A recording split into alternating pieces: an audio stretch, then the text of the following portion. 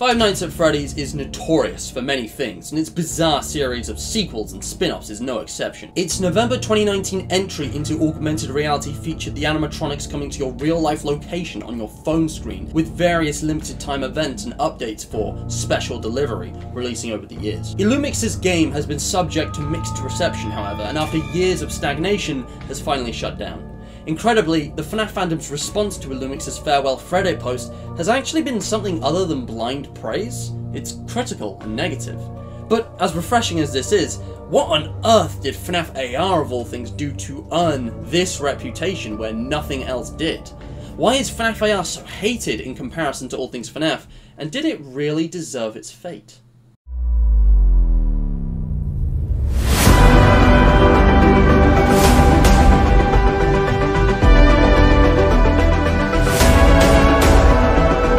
Greetings and welcome to Continuity Error. My name is Matt, and it's time I finally talked about FNaF AR. I like this game. I don't think it was that bad. And to justify this, I'm going to blend a meta commentary with a review of design for this video, talking about the main points of criticism, but also my own perspective. So, feel free to use the timestamps in the description to navigate this video, or you can just sit back and relax while I take it from the top. Let's start with the obvious points of discussion. There are two standout reasons to dislike FNaF AR that definitely lend themselves to full-blown hatred of the game. First of all, FNaF AR is not pay to win, it's pay to play. Let me explain. Mobile games are particularly notorious for unregulated in-app purchase systems that prey on gullible children for absurd profits. This is a well-documented issue that has been around for years, and sadly, even FNaF could not escape its clutches. From the start, Special Delivery had an entire page in its menu dedicated to microtransactions. Everything from flashlight batteries to plush suits, all these little things within the game could be purchased for Faz coins earned in-game, or for real money. Or you could purchase Faz coins with real money. Of course, you didn't have to spend any real money to play the game. Once every 4 hours during an event, there was a chance you might get 25 Faz coins from a gift box. Alternatively, you could watch a 30-second advert to get 10 Faz coins per ad watch. That's 1 Faz coin per 3 seconds. And given the prices of everything being in the hundreds or thousands of Faz coins, it's clear that the game implicitly forced its players to spend real money. And a lot of it. The alternative was a mind-numbing grind spent watching ads instead of playing the game. In fact, eventually, they added a limit to the number of ads you could watch at one time. I believe it was 3, per session or per hour. So this wasn't even feasible after a while. Getting enough coins for any of the stuff in the game without paying real money became virtually impossible. Of course, these prices and deals weren't static either, they changed with time. Who could forget the legendary Cheaper Than Toy Chica Twitter page that posted classic items that cost less than the initial Toy Chica pack, such as the entire FNaF franchise up to that point, including Help Wanted. I'm not joking, this is a real thing, and it is linked in the description with the other sources of this video. $70 for 3 chances to briefly meet hot bird ass on your phone, or over 100 hours of rich indie lore and gameplay. Your choice. And this is the crucial thing, chances. One particular kind of purchasable item makes this game even worse than pay to win in what I call pay to play. Lures. You see, the way the main gameplay loop worked is that animatronics would gradually approach you on the map, randomly spawning and thus randomly encountering you. However, more difficult animatronics would only spawn once you reached a higher streak, a streak being the number of encounters won and survived in a row. Being jump scared led to your streak being reset back down to 0, so unless you were really good at the game and could avoid dying at all for lengthy periods of time, the only way you would ever get to experience Circus Baby or Springtrap would be to spend real money, getting 3 chances to maybe survive a few seconds before being game ended by them. If you wanted to experience them immediately, or you needed to for a YouTube video, you had to pay for it. And all of this was only for a guaranteed spawn. Winning was another question entirely, and it would likely take a dozen purchases to get enough time and experience to understand the basics and adjust to the feeling of the gameplay enough to win once. Oh, and even if you did get all of this way and managed to defeat Springtrap one time, there would only be a chance he would actually drop his plush suit or his CPU. You know, those unique rewards that there's no other way to obtain unless there's a specific deal happening in the shop for real money. So yeah, you might have to do all of that another 3 or 4 times just to get the only things worth defeating Springtrap for. Only if you want to, of course. So, I hope I've illustrated what I think everyone would agree is the absolute worst aspect of special delivery. When people cite why this game sucks, this is the #1 thing, because it's just so absurd and it's so clearly designed to manipulate younger players into spending horrific amounts of money on pretty much nothing. Literally nothing, now that the game has been shut down. Moving on, the second standout reason to dislike this game can be summed up in one word: skins. Originally, FNaF AR had 9 unique characters. This wasn't an issue, the game never lacked separate characters, but they were soon drastically outnumbered by reskins. The total in the end was no more than 20, and it took almost an entire year for Plushtrap to be added. Despite being advertised in the launch trailer, Plushtrap didn't exist in the game until Halloween of 2020. Not only that, but just months after release, Illumix rapidly switched their efforts to creating dozens of reskins, starting with Freddy Frostbear, who, despite being a skin of Freddy, also got his own skin, making Black Ice Frostbear a reskin of a reskin. And he's not even the only example of this in the game. There was also Easter 2020, which had the appropriately themed chocolate Bonnie, fair enough, but also Easter Bonnie for some reason. And if you think this is strange, wait until I tell you about Radioactive Foxy or Swamp Balloon Boy.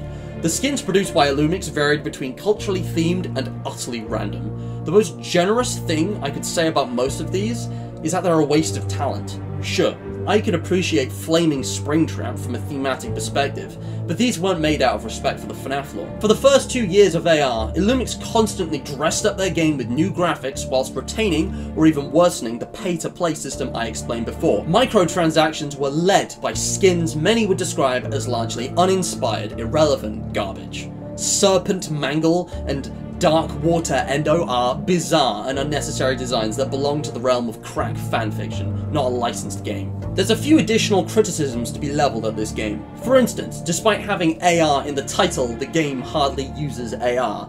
Unless you go to the efforts of playing in an open space, there's absolutely no immersion as the characters are simply pasted over your camera. Only Shadow Bonnie, after an update, somewhat used actual AR technology to appear partially visible behind real objects, as if it's like really in the space, but it was so glitchy it can't be compared to the promotional images of animatronics peering around corners and peeking through windows. If Special Delivery had the mixed reality option for all characters rather than just Plushtrap, this problem could have been band-aid fixed at least.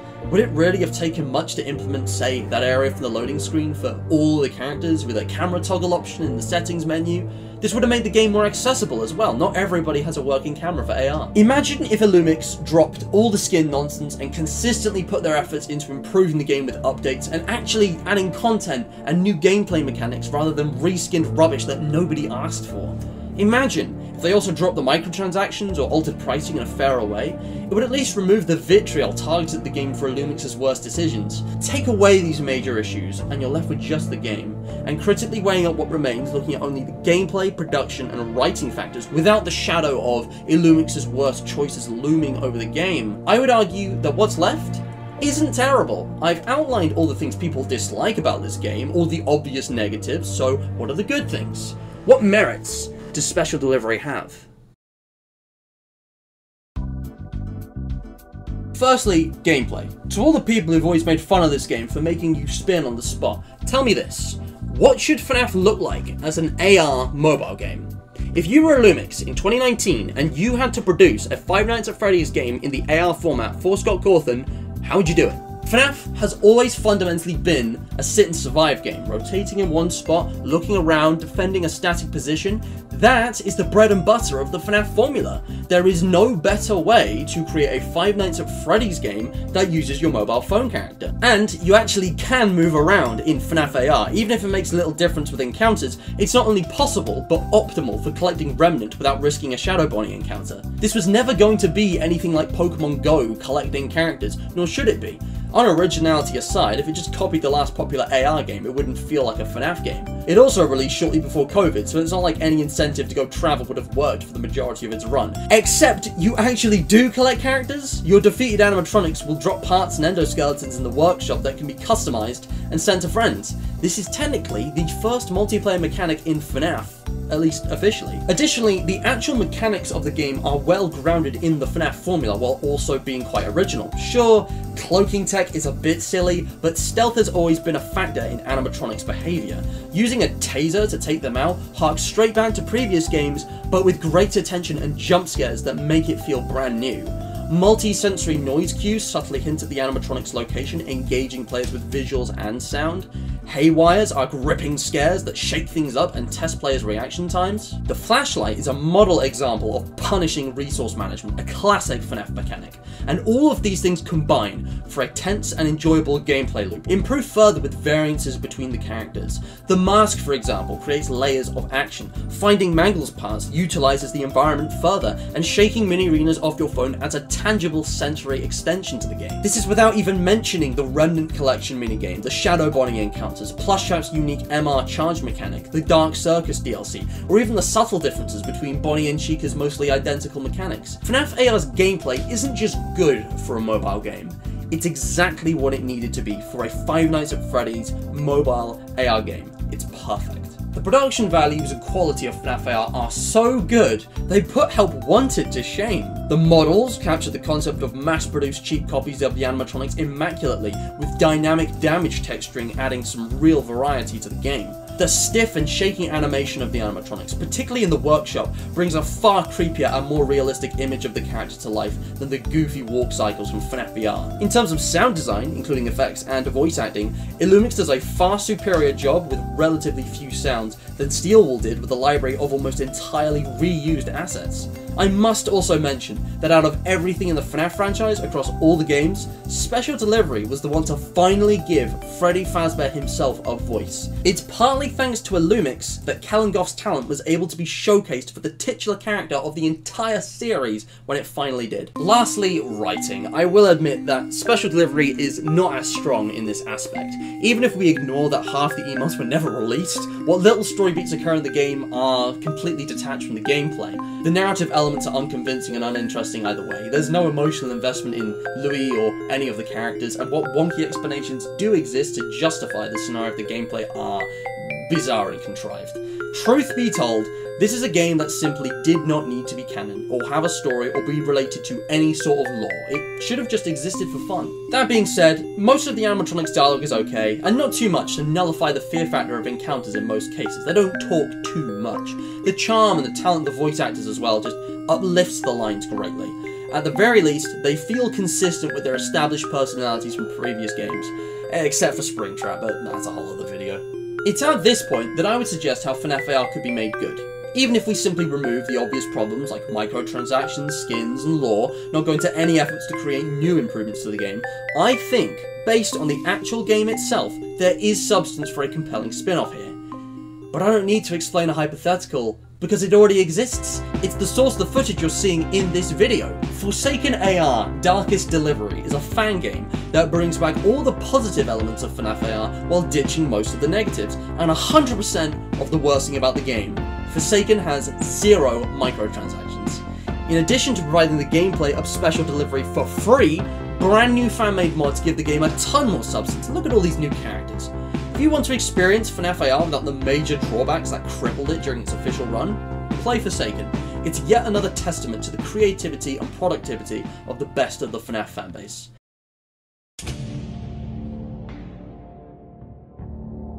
So, now that I've delved into the separate elements of FNaF AR, what's my overall take? Let's put this all back together. How can I justify liking a game when it's so clear why it was bad? Well, the truth is, I don't like the game.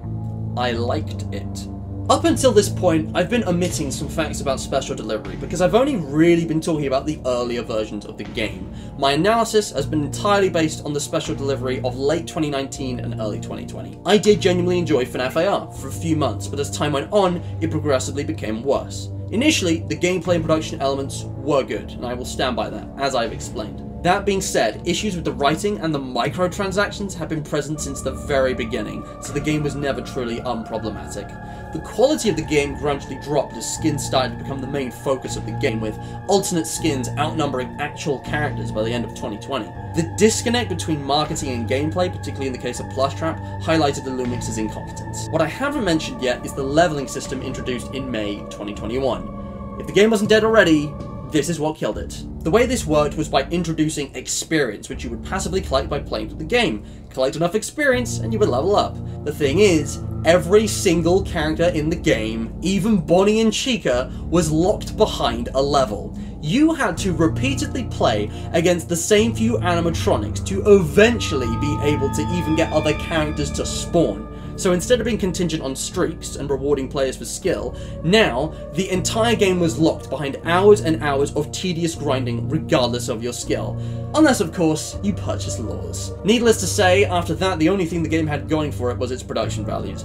And with new characters few and far between, skins oversaturating the game, and the Dark Circus DLC being horrendously overpriced like everything else, it's clear that the game was as good as dead. The way I see it, FNaF AR had the potential to be a legitimately good game. It had some fun elements and some pretty graphics, but sadly, it lacked in a few areas, and was increasingly hampered with problematic monetization practices and poor design choices by Illumix. It's no wonder that they abandoned the game in 2022. They had squeezed as much money as they possibly could have from it for the least effort, and moved on. Back at the start of this video, I asked if FNaF AR deserved its fate. I have mixed feelings about it. Illumix did some terrible things with the game, no doubt, but it was actually fun and engaging in its early days, and it had potential. Potential that I would argue is now being realised via Forsaken AR, and we don't hate Forsaken, do we? The negativity towards Special Delivery isn't because it's a bad game or was poorly designed as a video game, it's because of Illumix. It's because of their terrible decisions that they imposed onto the game. In my opinion, FNaF AR was great, but only for a few short months, before the worst of Illumix's decisions simply overpowered what good was left in the game. And since then, it's been a hollow shell of its former self. Maybe FNaF AR did deserve to get quietly canned and ignored by FNaF fans. Maybe it didn't, it doesn't matter. FNaF AR died years ago, as soon as we stopped playing it, talking about it, or thinking about it. Before I end this video, I'd like to do one more thing. We've looked back to the past quite a bit now, so what about the future? Why did I bother making this video? Consider this. Are we content to enjoy games when their creators do morally and legally reprehensible things? Art does not equal artist, sure, but you are funding a culture of cruelty by buying into products like Special Delivery. And from what I've seen, although the FNaF fanbase is largely generous in its subscription to any and all things to do with the IP, there is a limit to how far even the average Reddit user will go before deciding against giving their support. Illumix made FNaF AR so problematic that it could not be ignored, even for the many fans who still played the game towards the end of its lifespan. Now, although plenty of FNAFers enjoy Forsaken AR, I'm sure there's also plenty who despise Special Delivery deeply. If something like a game is surrounded by immoral or even illegal business practices, even something as simple as having a malicious intent, should that vilify the game's legacy? Whatever the consensus might be about FNaF AR, it didn't really have much of an impact on FNaF as a whole. The franchise has moved on to new things since 2019. I suppose that lends itself to another question. Is there a specific lesson for FNaF, for Scott Cawthon to learn for the future of the FNaF franchise? Is there a way he could avoid problematic developments like this in future? Perhaps it's just a matter of choosing better collaborators or delegating oversight on official projects. Was he even aware of Special Delivery's awful monetization tactics or the worsening of the game? I mean, who knows how the inner workings of the FNaF franchise operate? It's not like any insider reports on the subject matter exist. Anyways, I think that'll do it for now. This video is already getting a bit too long. Before you go, thank you all so much for watching. If you have enjoyed, and you must have if you made it this far, do leave a like and share this with your friends, family, and other FNAFers. Check out the links in the description too. I have a load of good things down there, like the Discord server where you can get ping notifications for everything I publish. And lastly, subscribe and speculate. Do you think FNAF's ever going to attempt augmented reality again?